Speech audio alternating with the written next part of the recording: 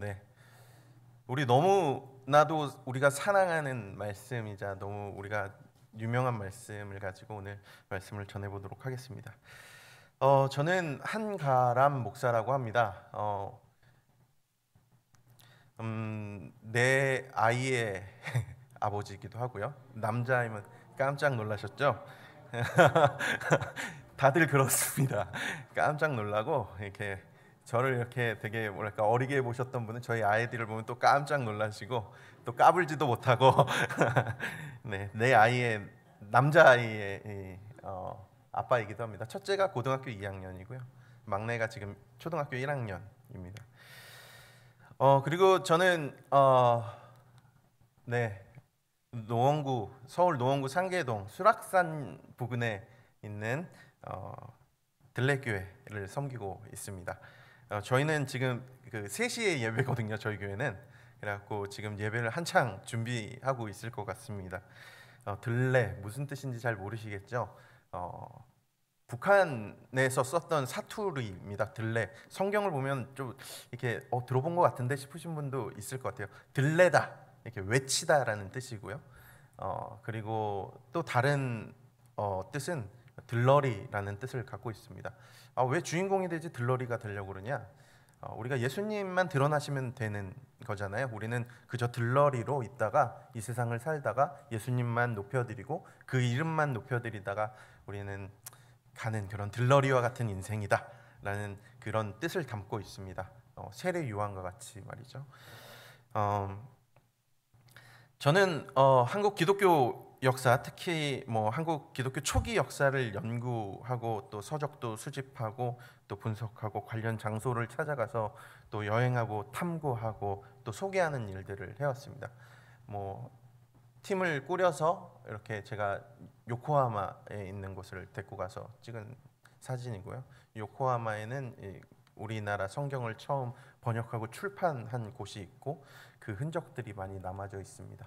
이거는 이제 우리나라 그 자그마한 교회들, 뭐 청소년들이 한두 명 있는 교회들 초청해가지고 서울에서 예전에 이제 수련회를 한번 해준 적이 있습니다. 우리 여기 참빛교회 중고등부 아이들이 했던 그 코스를 조금 더 뭐랄까요 빡세게 돌아서 이렇게 마지막에 집결지인 광화문 앞에서 모여서 사진을 찍었던 것이고요. 여기 이제 정동 지역을 탐방하는 그런 시간을 가져서 이렇게 사진을 찍어왔습니다.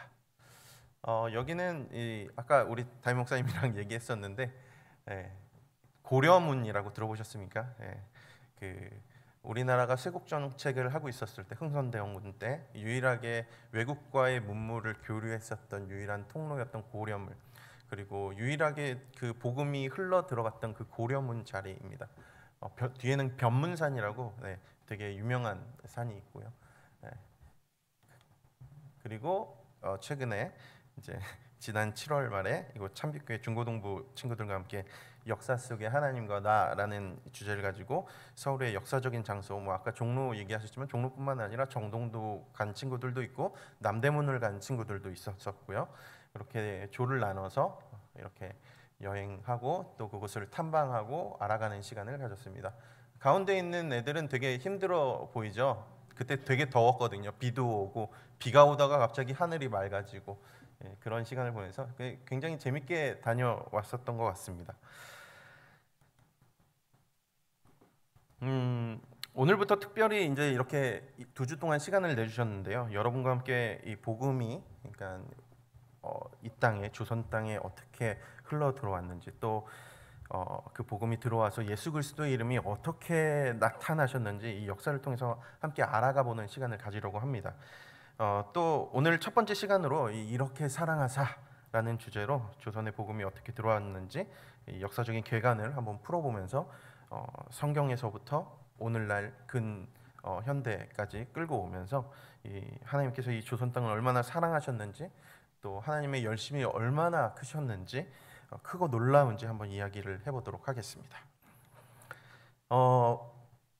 우리가 잘 알듯이 이스라엘은 그들의 죄로 인해서 뭐 한 명을 딱 찝자면 솔로몬의 죄로 인해서 분단 국가가 됩니다. 마치 우리 한반도처럼 말이죠. 또 이스라엘의 죄악으로 인해서 북이스라엘은 북이스라엘과 남유다는 북이스라엘은 아수르 제국에 의해서, 남유다는 바벨론 제국에 의해서 멸망하고 맙니다. 다행히 하나님의 은혜로 이 남유다, 이 유다 백성들은 바벨론에서 70년간의 포로 생활을 마치고 다시 예루살렘으로 돌아올 수 있었고요. 무너진 성벽과 성전을 다시 재건합니다. 하지만 그럼에도 불구하고 그들은 정신을 차리지 못합니다. 그리고 구약의 마지막 선지자인 말라기 선지자가 와서 하나님의 마음을 이스라엘 백성들에게, 그 유다 백성들에게 전하십니다. 우리 말씀을 한번 볼 텐데요. 말라기서 1장 2절입니다. 한번 큰 소리로 한번 같이 읽어볼까요? 시작. 여호와께서 이르시되 내가 너희를 사랑하였노라 하나 너희는 이르기를 주께서 어떻게 우리를 사랑하셨나이까 하는도다. 우리를 사랑하시긴 했습니까? 어떻게 우리를 사랑하셨나요? 우리가 어떻게 주의 이름을 멸시하였나요? 어떻게 우리가 주의 것을 도둑질했었나요? 어떻게요? 이 말라기서를 보면 계속해서 나오는 이 어떻게라는 이 말이 있습니다. 이 말라기서 전체에 하나님을 향한 이 이스라엘의 이 차가운 반응, 이 냉소적인 반응을 볼 수가 있습니다. 그리고 말라기 선지자는 마지막에 이렇게 말합니다. 말라기서 마지막 장인데요, 4장 5절에서 6절입니다. 읽어보겠습니다. 시작. 보라, 여호와의 크고 두려운 날이 이르기 전에 내가 선지자 엘리야를 너희에게 보내리니 그가 아버지의 마음을 자녀에게로 돌이키게 하고 자녀들의 마음을 그들의 아버지에게로 돌이키게 하리라. 아멘. 어떻게요? 이 차갑고 냉랭한 반문에 하나님께서는 대답하러 오실 거라고 말씀하십니다. 누군가 하나님의 메시지를 들고 올 것인데 그분은 어떻게 한대요? 아버지의 마음을 자녀에게로 돌이키게 하고 또 자녀들의 마음을 아버지에게로 돌이키게 할 것이라고 말씀하십니다. 그리고 하나님은요, 침묵에 들어가십니다. 우리 다 갖고 있는 성경을 보면은 구약과 신약 사이에 딱 한 장이 있습니다. 이 한 장에는 뭐 아무것도 써 있지 않는 성경도 있고 또는 뭐 앞에 신약 성경 이렇게 써 있는 경우가 있습니다. 하지만 이 한 장에는 약 400년의 이 하나님의 침묵의 시간이 담겨져 있습니다. 이 말라기서와 마태복음 이 한 장 사이에 말이죠. 하나님은 그 기간 무엇을 하고 계셨을까요? 뭐 침묵이라고 말씀하시니까 하나님 아무것도 하지 않았겠다라고 생각하실 수 있을 거라고 생각합니다. 하지만 하나님께서는 이 시간 동안, 이 400년이라는 시간 동안 하나님께서 이들에게 대답하고 싶은, 어떻게 우리를 사랑하셨습니까? 라는 이 냉소적인 이 질문에 대답하시기 가장 좋은 때를 위해서, 그리고 그 가장 좋은 환경을 위해서 하나님께서는 역사를 움직이기 시작하십니다. 그리고 이 400년 동안 세상에는 엄청난 일이 많이 벌어집니다. 세상의 당시 주인이었던 페르시아가 젊은이였던 알렉산더에게 무릎을 꿇습니다. 그리고 이 알렉산더의 헬라 제국이 시작이 되죠. 하지만 그것도 영원하지 않습니다. 알렉산더가 단명하게 되고, 그리고 하나 되어 살았던 하나였던 헬라 제국이 갈라지게 됩니다. 또 어떤 일이 벌어집니까? 우리가 신약 성경, 구약 성경을 보다가 갑자기 신약 성경 보면은 이게 뭐지? 라고 싶은 것들이 있습니다. 우리는 믿음이 좋아서 그거를 바로 받아들이는데요. 뭐 갑자기 사두개파, 뭐 바리새파, 이거 갑자기 등장하거든요. 우리 알지 못하면 이거 왜 어디서 등장한 거지? 라고 얘기할 수 있겠지만 우리는 믿음으로 그걸 그냥 받아들이지 않습니까? 이 400년 기간 동안 이 유대인들, 하나 되었던 유대인들 가운데 분파가 생겨나게 됩니다. 사두개파, 바리새파, 에세네파, 더 나아가서 열심당, 이런 것들이 이 400년 기간 가운데 생겨나게 되고, 정치적인 대립도 하게 되고 신앙적인 대립도 하게 됩니다. 또 당시 구약 성경도요, 당시 대표적인 언어가 헬라어였거든요. 헬라어로 구약 성경이 번역되는 일들도 그때 일어나게 됩니다. 한마디로 이 헬라어로 성경이 번역되었다는, 구약 성경이 번역되었다는 것은 그 당시 세계에 있는 모든 사람들이 성경을 읽을 수 있게 되었다는 말이기도 합니다. 하나님이 준비하셨던 것이죠. 그 무엇인가를 위해서 말이죠. 당시 로마 제국의 이제 헬라 제국이 멸망하고 로마 제국이 펼쳐집니다. 이 로마 제국의 초대 황제 옥타비아누스, 그러니까 또는 뭐 아우구스투스라고 부르게 되죠. 또 성경에는 이 옥타비아누스를, 또 아우구스투스를 이렇게 기록합니다. 아구스도. 네, 똑같은 인물이에요. 이 로마의 초대 황제, 이제 그가 등장하면서 성경의 침묵이 깨어집니다. 그리고 성경과 역사가 만나는 그런 시기예요. 하나님께서, 그 얘기는 하나님께서 준비하신 그 말씀을 이제 하실 때가 된 거죠. 준비하셨던 그 때가 온 것입니다. 그리고 온 세상을 향해 하나님께서 외치는 그 때가 찾아오게 된 것이죠. 자, 옥타비아누스가 처음으로 명령을 내립니다. 그게 성경에 기록되어져 있어요. 자, 한번 읽어보겠습니다. 시작. 그때 가이사 아구스도가 영을 내려 천하로 다 호적하라 하였으니. 자, 가이사는 그 뭐 황제를 뜻하죠. 황제 아구스도 명령을 내리는데 천하로 다 호적해라. 뭐 지금처럼 인터넷이 발달되어 있으면은 인터넷으로 하든지 뭐 공무원들을 시켜서 하든지 하면 되는데, 당시에는 우리나라도 얼마 전까지 그 초본 뭐 등본 그 띄려면 어디 가야 됐죠? 뭐 시골로 갔었어야 됐죠. 마찬가지로 이 옥타비아누스의 이 명령에 따라서 요셉과 또 마리아가 호적하기 위해서 베들레헴으로 향합니다. 마리아의 뱃속엔 누가 있죠? 메시지를 전달한 그 누군가가 뱃속에 있습니다. 그리고 하나님의 완벽한 때에 사랑의 메시지를 들고 베들레헴의 이 베들레헴 작은 마을에 예수님께서 이 땅에 오십니다. 그리고 400년 전 그들이 질문했던 것 무엇이었죠? 우리를 어떻게 사랑하셨나요? 라는 이 질문에 예수님께서 오셔서 내가 너희를 이렇게 사랑한다 라고 말씀하시고 답하십니다. 그 말씀을요, 이 예수님이 오신 후 1800년 정도 후에 1884년 3월에 이 1884년 그 갑신정변이라고 혹시 알고 계시죠?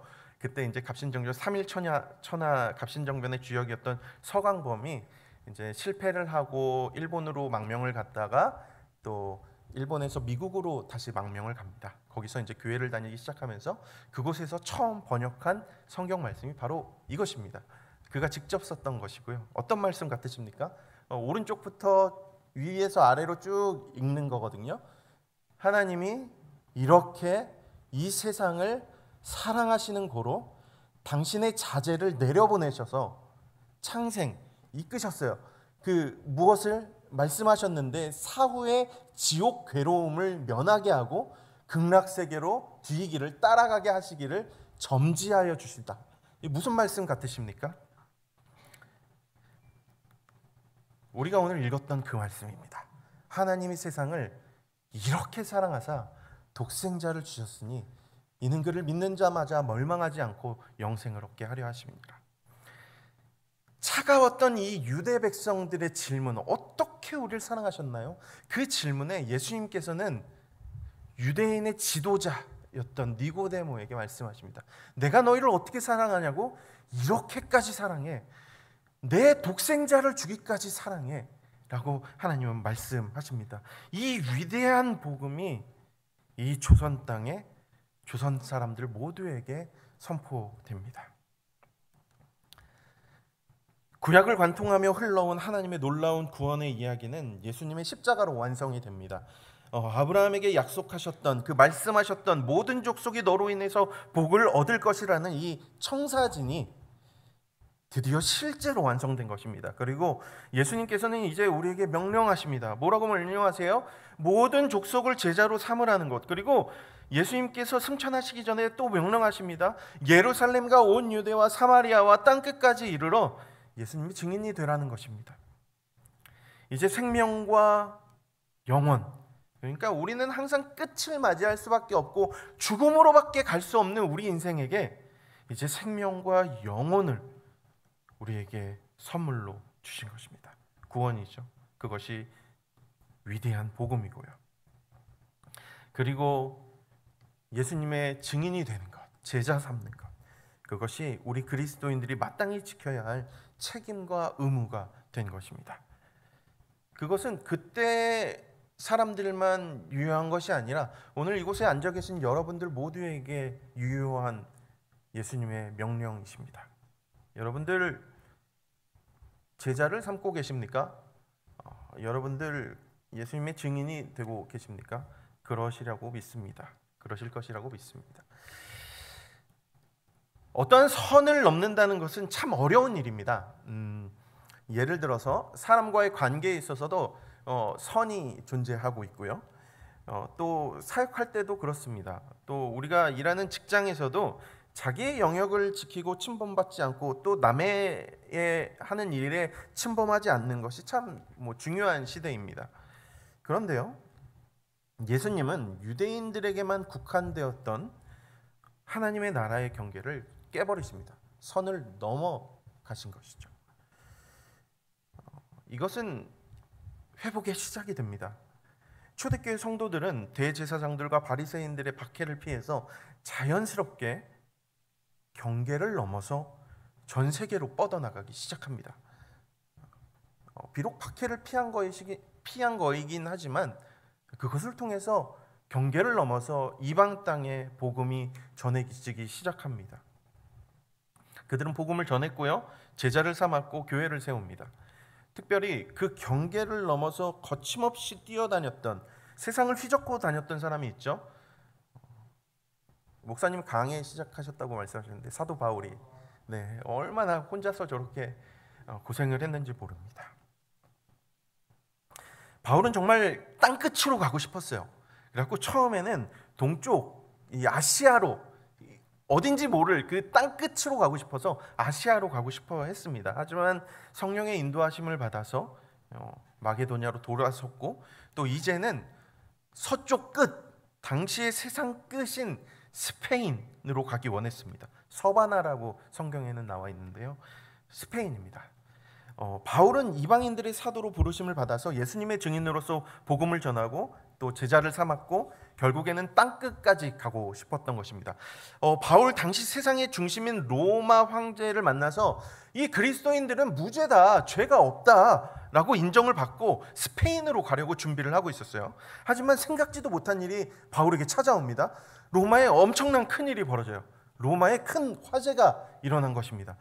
당시 로마의 3분의 1이 불에 타 버렸어요. 생각해 보십시오. 서울의 3분의 1이 탔다고 생각해 봅시다. 누구한테 책임을 물게 될까요?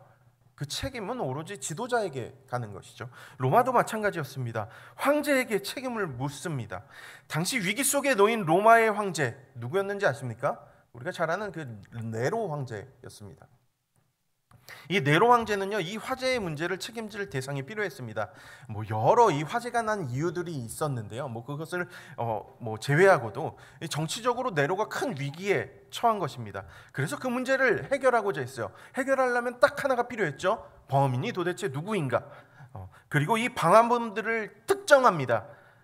바로 당시 신생 종교로 말이 너무나도 많이 있었던 그리스도인들, 그리스도교, 이 사람들을 지목합니다.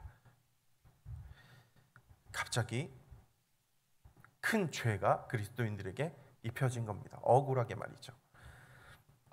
이 일로 인해서 사도 바울을 비롯해서 수많은 성도들이 십자가에서 죽임을 당하기도 하고요, 목이 잘려 죽이기도 하고요, 콜로세움에서 검투사의 칼에 죽이기도 하고요, 사자밥이 되기도 하고요. 이렇게 죽는 사람들을 보면서 로마의 백성들은 언제 그랬냐는 듯 너무나도 쉽게 열광하게 되고요, 황제의 이름을 높이게 됩니다. 이런 박해가 1, 2년 있었던 게 아니라요, 250년간 지속됩니다.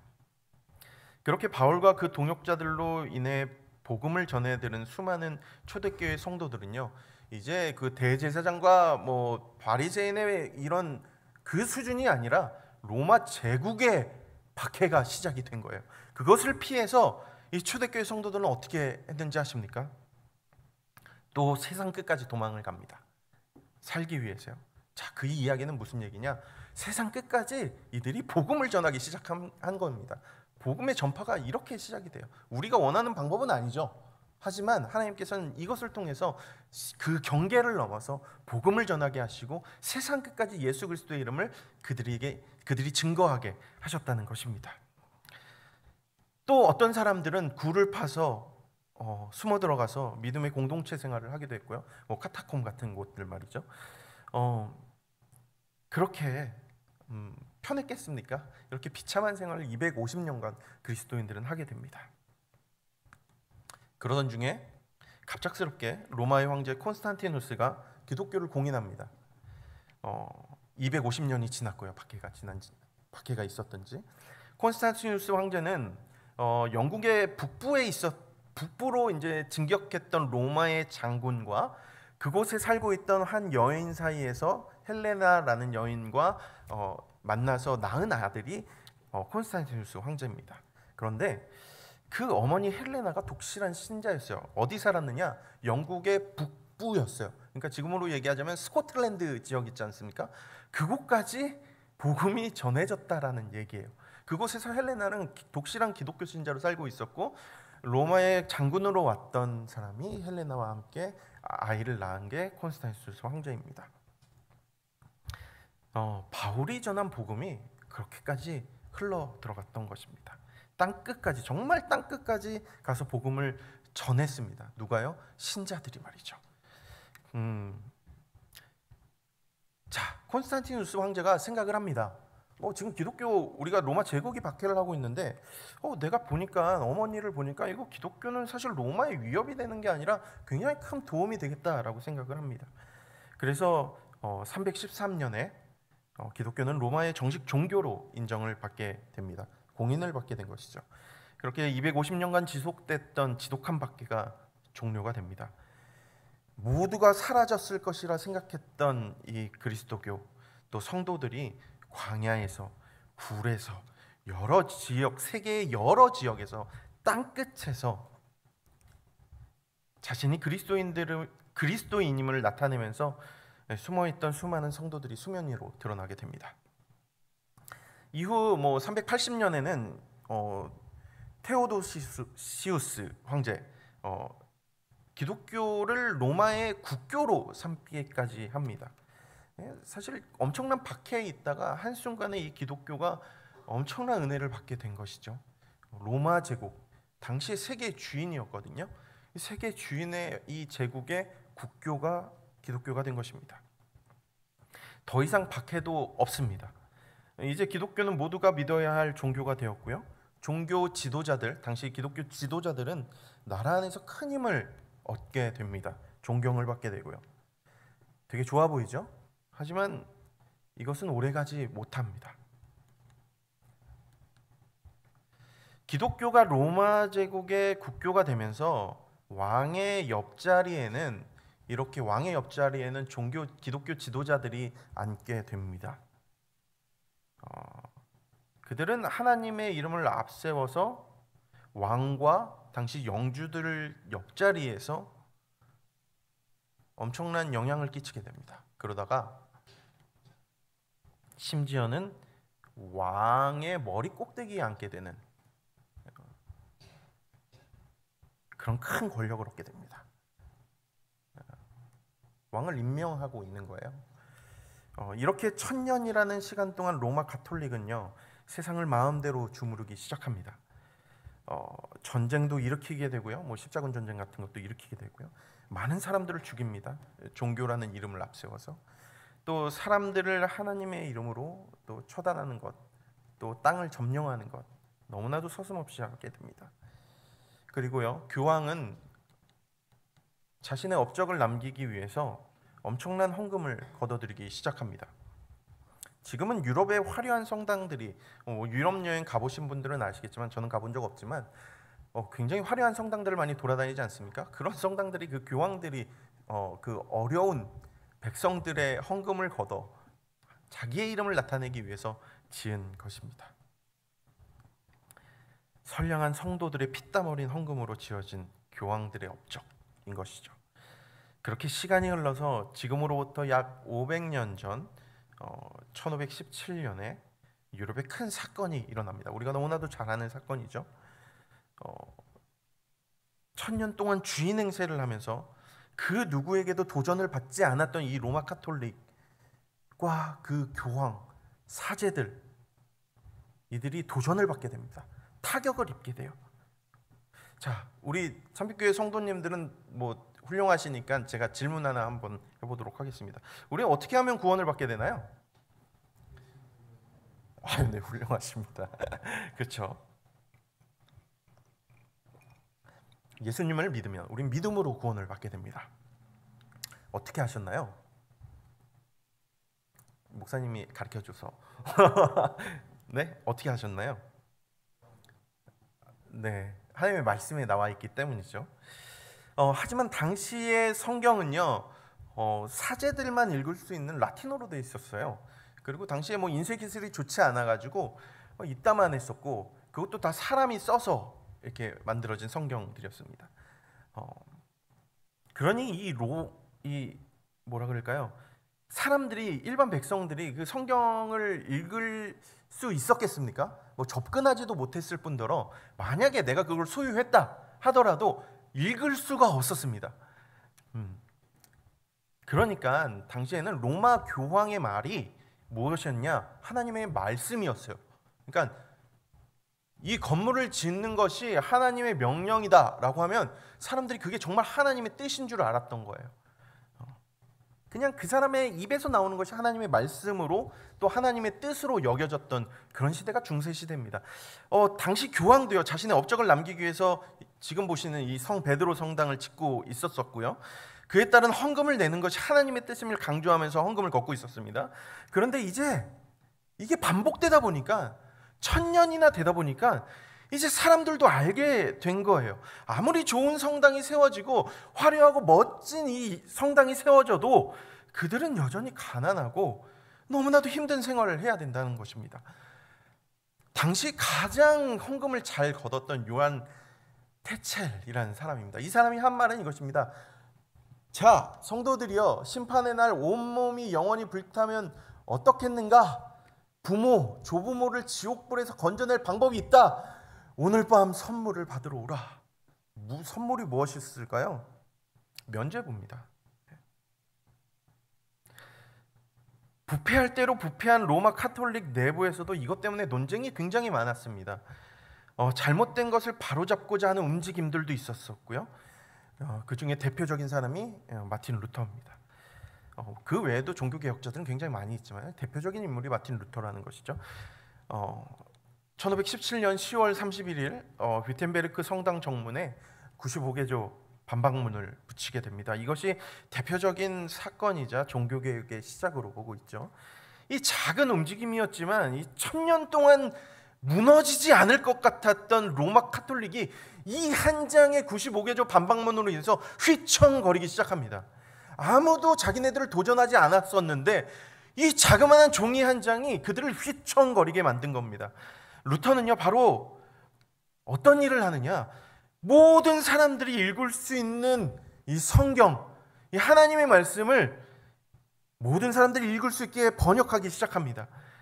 당시 최고의 발명품이 무엇이었는지 아십니까? 때마침 구텐베르크 인쇄기입니다. 그래서 이 95개조 반박문뿐만 아니라 성경이 이 당시의 최고의 발명품인 이 구텐베르크 인쇄기를 통해서 찍어져서 온 유럽에 퍼지게 됩니다. 자, 그 얘기는 무슨 얘기예요? 모든 사람들이 무엇을 알게 되었다? 하나님의 말씀을 알게 되었다라는 겁니다. 그 얘기는 여태까지 교황이 했었던 이 천주교에서 말했던 그 많은 것들이 거짓말이었구나라는 것을 사람들이 알게 됐던 것이죠. 기름처럼 퍼져 있었던 로마 카톨릭과 교황에 대한 불신이 이 종교개혁의 불씨가 탁 떨어지자 온 유럽이 불타기 시작합니다. 이렇게 종교개혁은요, 이 16세기 유럽을 뒤흔들어 놓습니다. 우리 지금까지 다 아는 얘기죠. 자, 그렇다면은 이제 막 그쪽 얘기만 했잖아요. 그리고 아시아로 한번 가보도록 하겠습니다. 이 종교개혁이 한창이던 일이 16세기 저 멀리 아시아 동쪽의 작은 나라, 그 나라와 그 나라 어디겠어요? 조선이겠죠. 이 조선과 일본 사이에서도 엄청나게 큰 사건이 일어나고 있었어요. 어떤 사건이 일어나고 있었죠? 1500년대 그렇죠. 임진왜란입니다. 선조 25년 임진왜란이 발발하고 맙니다. 도요토미 히데요시가 일본을 통일합니다. 천하 통일을 하고, 자 이제 우리가 명나라를 치러 갈 테니 자 문 좀 열어다오 하면서 조선에게 이야기를 합니다. 절대 우리는 내줄 수 없었죠. 그러면서 그 명목하에, 우리가 명나라를 친다라는 명목하에 조선을 침범합니다. 그게 이제 임진왜란의 시작입니다. 일본은요 부산을 순식간에 함락시킵니다. 그리고 한양까지 정말 며칠 만에 올라와서 점령해 버려요. 그런데 조선이 무너지지 않아요. 왜 그랬느냐? 일본 당시에는 그 한 나라를 점령하고 또 그 한 땅을 점령하기 위해서는 수장을 죽였어야만 했었거든요. 근데 우리 선조 왕께서는 어떻게 하시죠? 도망가시잖아요. 그래서 우리나라를 점령하지 못한 거예요. 그래서 한양에서 머뭇머뭇거렸던 것이죠. 자, 어쨌든 조선의 멸망이 사실 앞에 놓인 것은 사실이었습니다. 그때 의병들이 일어나기도 하고요. 또 외병과 용감하게 싸웁니다. 뭐 또 이순신 장군이 등장하셔가지고 엄청난 활약을 벌이시죠. 조선의 존폐 위기에서 그렇게 극복하게 됩니다. 그런데 재미있는 사실이 거기에 숨겨져 있습니다. 자, 이분이 누구신지 모르시겠죠? 고신이 장군이라는 사람입니다. 도요토미 히데요시의 충신이었고요. 제1선봉으로 서서 임진왜란 때 제1선봉에 서서 조선을 침략했던 사람이 바로 이 고신이 장군입니다. 놀랍게도 그의 부대 마크를 보면 오른쪽에 있는 게 부대 마크인데요. 십자가가 있고요. 그 둘러싸고 있는 것은 천사들의 나팔이라고 표현되어져 있습니다. 그 당시 임진왜란을 참여했던 고신이 장군을 비롯해서 전쟁에 참여한 모든 장수들과 병사들이 대부분 가톨릭 신자였어요. 심지어 가톨릭 사제들도 임진왜란에 함께 왔었고, 기록에 의하면은 막 세례도 줬다라는 얘기도 있었고요. 어쨌든 이 사실은요, 우리가 알 수 있는 게 있겠죠. 이 당시 임진왜란 당시에 일본에 이미 카톨릭이 전해졌고 많은 신자가 있었다라는 것을 우리가 알 수가 있습니다. 우리의 생각보다 더 많이 말이죠. 임진왜란이 있기 43년 전에 당시 유럽에는 어떤 일이 있었어요? 종교개혁이 막 일어나고 있었잖아요. 자, 그리고 종교개혁으로 인해서 카톨릭이 엄청난 타격을 입게 됩니다. 그리고 이 1000년 동안 너무나도 편하게 있었던 이 카톨릭이 한 대 얻어맞자 휘청거리고 그들의 존폐 위기, 그러니까 위태로워집니다. 이 천주교 자체가. 그래서 이 당시 카톨릭 예수회는 유럽을 넘어서 아시아를 타겟으로 삼아서 선교사들을 대거 파견합니다. 그리고 그때 일본 큐슈 연안에 포르투갈 배 한 척이 도착하게 된 거예요. 이거 보시는 이 사진은, 이 지도는 이 프란시스 사비에르라는 당시 예수의 선교사의 이 배를 타고 이동한 모습입니다.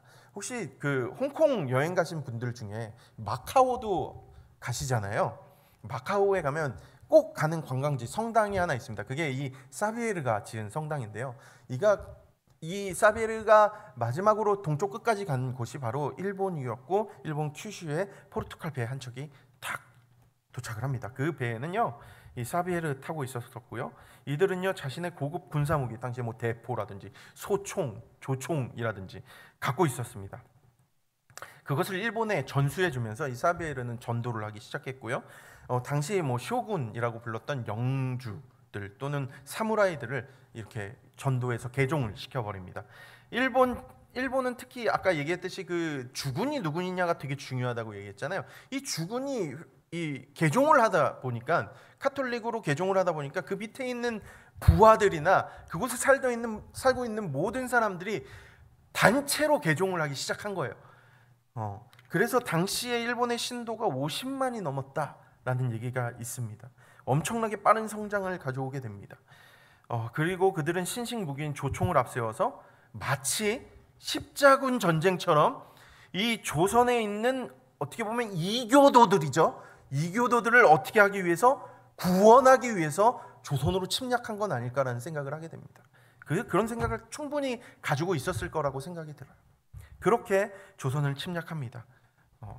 그런데요, 이후에 임진왜란이 실패하고 도요토미 히데요시가 엄청나게 큰 사건을 통해서 충격에 휩싸입니다. 뭐냐면 도요토미 히데요시의 충신 오른팔 중에 한 명인 우권이라는 장군이 있었어요.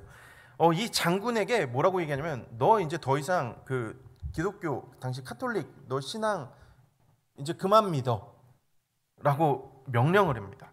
근데 엄청난 일이 벌어져요. 그 우권 장군이 이렇게 도요토미 히데요시에게 대답을 합니다. 내가 주군에게 목숨을 드릴 수는 있으나 신앙은 버릴 수 없습니다. 엄청난 신앙을 갖고 있었던 것이죠. 충격을 받습니다. 도요토미 히데요시가. 뭐냐 이건, 이 종교는 도대체 무엇인가? 그래서 도요토미 히데요시가 일본 전역에 카톨릭 금지령을 내립니다. 그리고 강한 쇄국 정책을 실시하게 됩니다. 내 말을 따르지 않는 것이 생겨버렸는데 그것이 종교였다는 거죠. 기독교, 카톨릭 종교였다는 것이죠. 그래서 이후 일본 전역에서요, 엄청난 박해가 시작됩니다. 카톨릭에 대한 박해. 그래서 뭐라 그럴까요? 순교라고 표현해야겠죠. 카톨릭 신자였다가 순교한 사람이 30만이 넘었다고 그래요. 엄청났죠. 생각도 하지 못했던 그 숫자가 카톨릭 신자들이 순교하고 맙니다. 예수님 성화를 깔아놓고 밟고 지나가라. 지나가지 않고 죽은 거죠. 십자가에 달려 죽기도 하고요. 수많은 사람들이 죽게 됩니다. 서로 감시하게 만들고요. 지금 30만이면 얼마 되지 않는다고 생각하시겠지만 우리나라도 지금 30만이 누군가가 무엇 때문에 죽는다고 하면 엄청난 일이 난 거예요. 일본 당시 전역에 30만이 죽었어요. 일본 전역에서 피바람이 분 거예요. 피냄새가 안 나는 곳이 없었던 거예요. 일본 사람들이 어떻게 생각했겠습니까? 카톨릭, 저 그리스도교를 믿으면 죽겠구나라는 생각 들지 않았겠어요? 큰일 나겠구나라는 생각 들지 않았겠어요? 이 기독교란 일본에서 그래서 공포의 대상이 됩니다. 아직까지 기독교를 전하는 것이 쉽지 않아요. 일본에 이런 큰 박해가 있었습니다. 그런데 일본에만 있었던 게 아니에요. 우리 조선, 이게 일본 그 성화고요.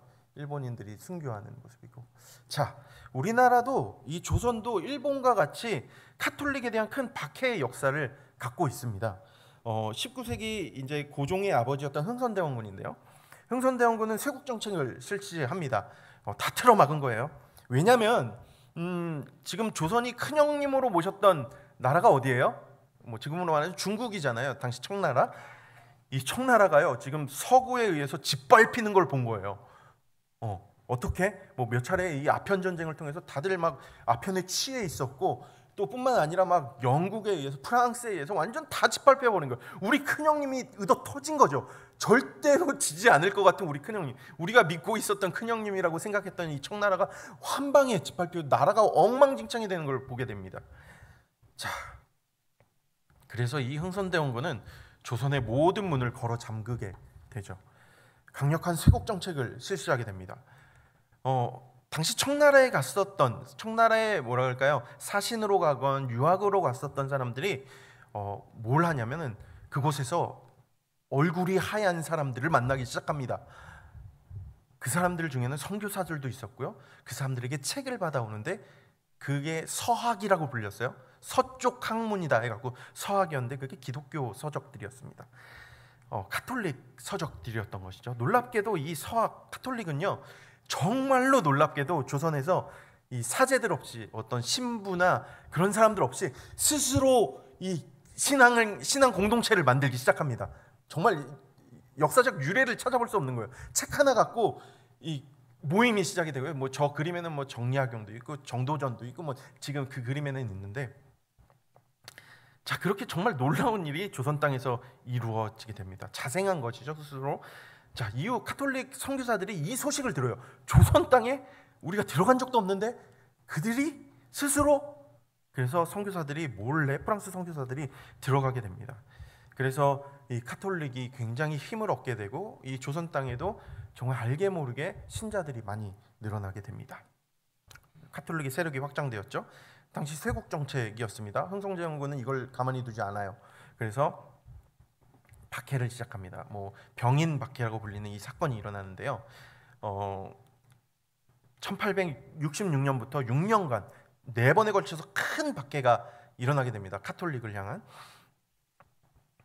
우리 개신교에서도 성지이긴 한데요. 그 합정역에 있는 그 외국인 선교사 묘원 있지 않습니까? 백준영 기념교회 있고, 혹시 가보신 분 계십니까? 네, 가보신 적 있으시죠? 그 옆에 보면은 큰 성당이 하나 있어요. 뭐 박물관 같이 되게 크게. 거기가 절두산이라고 하거든요. 카톨릭의 성지입니다. 바로 저기가 절두산이에요. 왜 절두산이냐? 절단했어. 머리 두자예요. 저기서 수많은 카톨릭 신자들이 머리가 잘려서 죽은 성지입니다.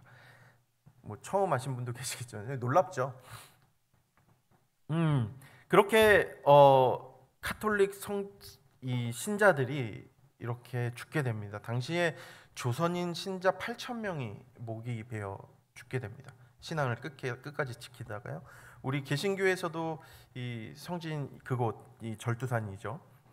어쨌든 자국민 선교사들도 죽어요. 그러니까 프랑스 선교사 9명도 그때 죽게 되고 3명은 탈출을 합니다. 그래서 중국에 있는 이 프랑스 선교사였거든요. 프랑스 군대에게 그 소식을 전하죠. 우리 자국민 9명이 죽었다. 그 소식을 중국에서 들은 프랑스 함대가 준비를 합니다. 무엇을? 조선을 치기 위해서 준비를 하게 됩니다. 자, 보복을 준비하는 것이죠. 감히 이 대국 프랑스를 우리나라 자국민을 죽여? 아무 말도 없이? 자, 이 소식이요. 프랑스 군함에 있었던 프랑스 군인들만 알았을까요? 아니죠. 이 소식은요, 금방 퍼지게 됩니다. 큰일 났다. 프랑스가 조선을 치게 생겼다. 이거는 큰일 난 게 어떤 의미에서 큰일 난 거냐면, 조선이 큰일 났다 그게 아니라 조선을 프랑스가 먼저 열면 큰일 나는 거예요. 왜냐하면 모든 교역권이 프랑스에게 가기 때문에 주변에 있는 다른 나라, 뭐 영국이나 미국이나 큰일 난 거예요. 우리가 먼저 개항을 해야 되는데 이 꽉 막고 있었던 이 걸어 잠근 문을 누가 여느냐가 되게 중요했었거든요. 모든 교역권을 그 나라가 가져가게 되니까 큰일 났다. 그 소식이 엄청나게 퍼지게 됩니다. 그래서 그 틈을 노리고 이 조선 사람들과 교역을 하기 위해서 어떤 한 상인들이 재빠르게 움직이게 됩니다. 이 배는요, 프랑스 함대보다 먼저 떠나게 돼요. 왜냐하면 프랑스 함대는 뭔가 준비를 하고 떠나야 되잖아요. 전쟁을 준비하고 떠나야 되는데 이 상선은 그럴 거 없어요. 물건 싣고 떠나면 되는 거예요. 그 상선이 조선으로 먼저 떠나게 됩니다. 프랑스 군인보다 먼저 말이죠. 이 배는 조선에 도착해서 쭉 서해안을 따고 올라가서 평양의 대동강까지 들어가게 되고 평양까지 배를 끌고 올라갑니다. 당시 평양 감사, 그러니까 뭐라 그럴까요? 평양 시장이라고 해야 될까요? 평양 감사는 박규수라는 사람입니다. 혹시 이름 들어보신 적 있으신가요? 나중에 뭐 또 얘기할 기회가 있을지 모르겠지만 아까 갑신정변은 아시죠? 갑신정변의 주역들이 박규수에게 배웠던, 박규수의 사랑방에서 배웠던 사람들입니다. 엄청나게 개화를 꿈꿨던 사람이에요. 박규수도요. 청나라에도 많이 갔었었고 그곳에서 선교사들로 많이 만났었던 사람입니다. 하지만 자기의 개화의 의지와는 상관없이 나라는 지금 어떻게 돼 있어요?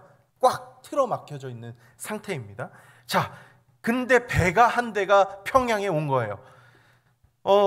조선은 지금 쇄국 정책을 하고 있었기 때문에 박규수는 이들을 받아들일 수 없었습니다. 그래서 필요한 것들은 제공했어요. 뭐 먹을 거를 집어넣어 준다든지 그들에게 넘어오지 말아요. 우리 할 수 없다라고 그런 어떤 뭐랄까 소극적인 자세로 그들을 막고 있었던 것이죠.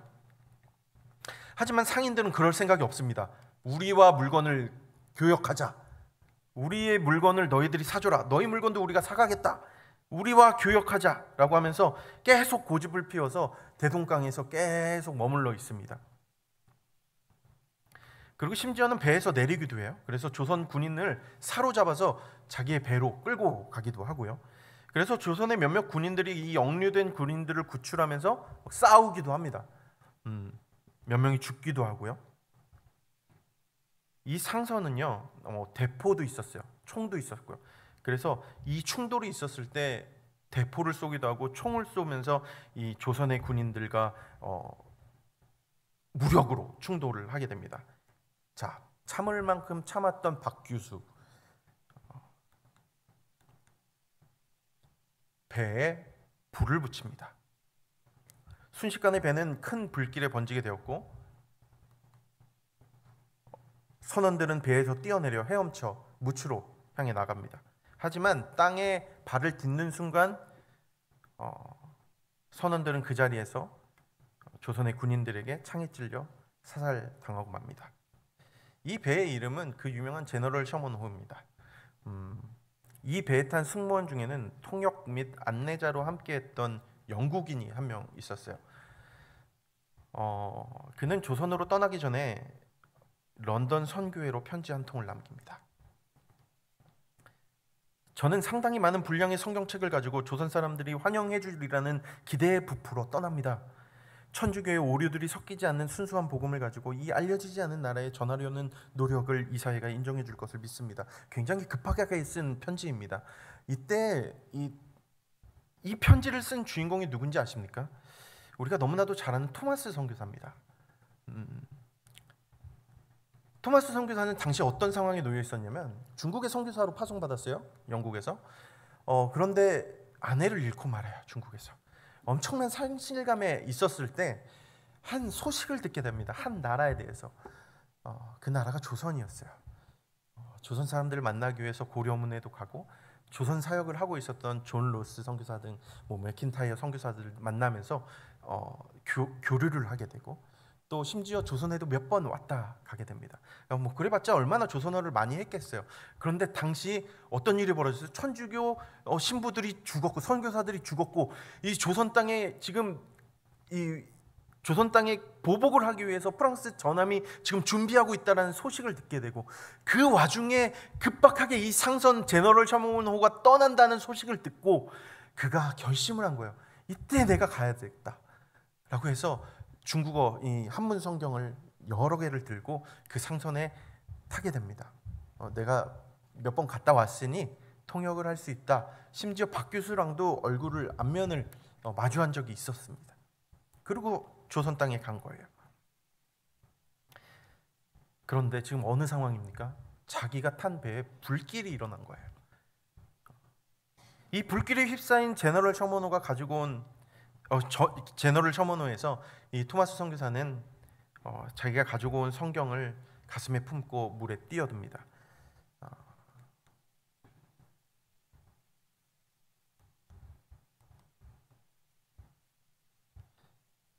그리고 대동강을 헤엄쳐 나왔어요. 성경을 가슴에 품고 말이죠.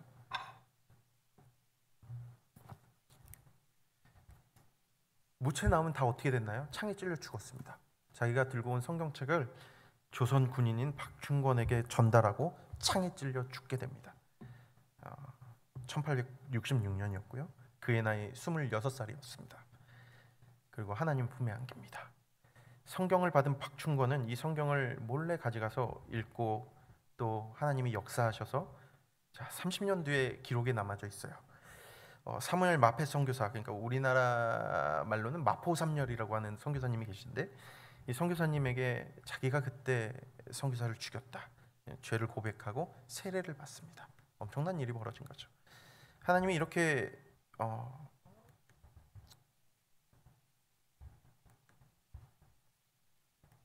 하나님이 이렇게 조선을 사랑하시는지를 알려주시기 위해서 토마스 선교사의 피가 복음의 씨앗이 되어서 조선에 심긴 것입니다. 다시 성경으로 돌아가서 어떻게 우리를 사랑하셨나요? 물론 유대인들이 한 어떤 차가운 어떤 하나님에게 냉소적인 그 질문이었지만 예수님은 이 땅에 오셔서 말씀하십니다. 내가 너희를 이렇게 사랑한다. 그것은 유대인들에게만 해당되는 것이 아니었습니다. 예루살렘과 온 유다와 사마리아와 땅끝까지 예수님은 전하고 싶으셨던 거죠. 무엇을? 내가 너희를 이렇게까지 사랑한다. 이렇게 사랑한다. 토마스 선교사는 그 성경을 전해주면서 그에게 말했던 것이죠. 하나님이 너를 이렇게 사랑한다. 독생자를 주기까지. 그리고 순교하십니다. 이 피 헛된 거 아니죠? 여러분들 26살 아쉽지 않습니까? 근데 이 피가 복음의 씨앗이 되어서 조선에 심겨진 겁니다. 자, 오늘 말씀을 마치면서 마지막으로 한 분을 소개해 드리려고 해요. 덕배 씨라는 분이십니다. 혹시 알고 계신 분 계십니까? 얼음물이네요. 떠다 주신 분 감사드립니다. 덕배 씨 처음 들어보시죠? 사실 이건 한글 이름이고요. 본명은 데이비스 조셉 헨리라는 선교사입니다. 호주 장로교회 선교사이고요. 이 데이비스 선교사 제가 참 사랑하는 선교사이기도 합니다. 1856년에 뉴질랜드에서 태어나서 호주에서 자랐습니다. 어릴 때부터 선교사가 되기로 결심을 하고 대학 교수직을 그만두고 인도 선교사로 갔다가 한 2년 정도 사역하고 다시 호주로 돌아옵니다. 이후에 무엇을 했냐면 호주에서 어린이들을 위해서 학교를 세워서 학교를 운영했어요. 교장 선생님이었어요. 젊은 나이에도 불구하고. 그러다가 한 나라의 소식을 듣게 됩니다.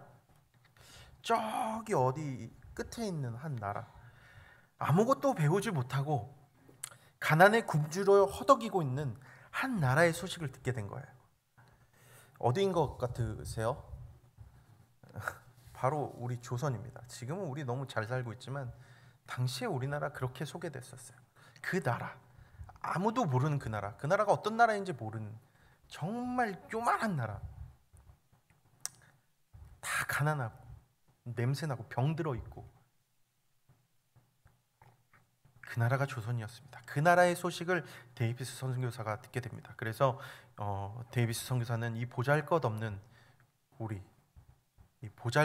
이 나라에 가서 복음을 전하기 위해서 호주 장로교회 선교사로 조선으로 파송받습니다. 그래서 1889년 10월 4일에 한양에 도착합니다. 지금 서울에 도착을 합니다. 데이비스 선교사는 당시에 이미 이제 선교사들이 들어와 있었는데요. 언더우드 선교사를 만나서 조선어 공부를 하게 되고요. 그리고 다음 해인 1890년 3월 14일 그가 그토록 꿈꾸던 그 사역지인 부산을 향해서 출발합니다. 어떤 마음으로 발걸음을 내디뎠을까요? 드디어 내가 만나서 복음을 전할 수 있구나. 내가 조선 사람들을 드디어 만나게 되는구나. 아마도 긴장한 마음도 있었을 테고요. 또 하지만 그보다 감동과 흥분 또 기대하는 마음이 크지 않았을까요? 그렇게 데이비스 선교사는 도보로 서울에서 수원, 공주를 지나서 부산 지역으로 가게 됩니다. 그날은 비가 많이 내렸어요. 1890년 4월 4일 드디어 그가 꿈꾸던 사역지인 부산에 도착합니다. 그리고 바로 다음 날 1890년 4월 5일 급성 폐렴으로 그의 나이 34세, 그가 그토록 꿈꾸던 사역지인 조선 그리고 부산에서 순교합니다.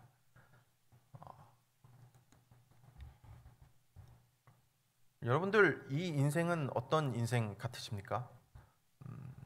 누군가는 허망하다고 생각할 수 있을 것입니다. 하지만 정말 그렇다고 생각하십니까?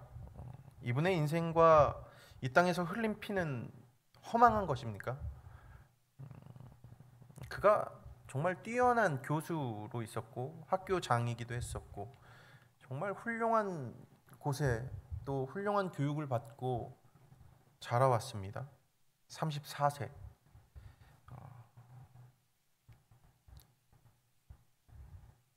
허망한 것입니까? 절대 그렇지 않습니다. 동의하시죠? 근데 여러분들이 그런다면 어떻게 여러분들의 자녀가 그렇다면 어떻게 생각하시겠습니까? 그가 오늘 우리에게 외치는 이 복음을 여러분들 귀 기울여서 들으셨으면 좋겠습니다. 그가 정말 사랑했던 땅, 그의 사역지인 부산에 발을 딛고 죽었습니다. 죽으면서 어떤 얘기를 했을까요? 여러분들 어떤 얘기를 했을 것 같으십니까? 그 죽음이 우리에게 울리는 그 말이 무엇일까요? 하나님이 이렇게 조선 땅을 사랑하신다는 것입니다. 그의 아들을 주기까지 이 땅을 사랑하신다는 것입니다. 이 복음보다 더 위대한 것이 있다고 여러분들 생각하십니까? 자, 여러분들 주위에 계신 성도님들을 한번 보십시오. 옆에 계신 분들 한번 얼굴을 한번 돌려서 보시겠습니까?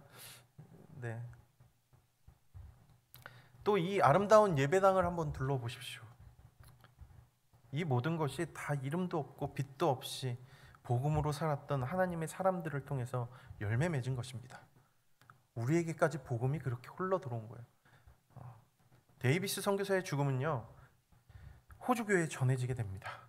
호주 안에서 어떤 일이 벌어지냐, 조선 선교 운동을 불어일으키게 됩니다. 그래서요, 호주 장로교회는요, 해방 전까지 78명, 그리고 해방 이후에 126명, 총 204명의 선교사를 조선으로 파송하게 됩니다. 데이비스 선교사의 죽음을 통해서 말이죠. 그리고 조선의 복음화에 앞장선 호주 장로교회입니다. 우리는 오늘 이 역사들을 통해서 말씀하신 하나님의 음성에 귀를 기울여야 할 것 같습니다.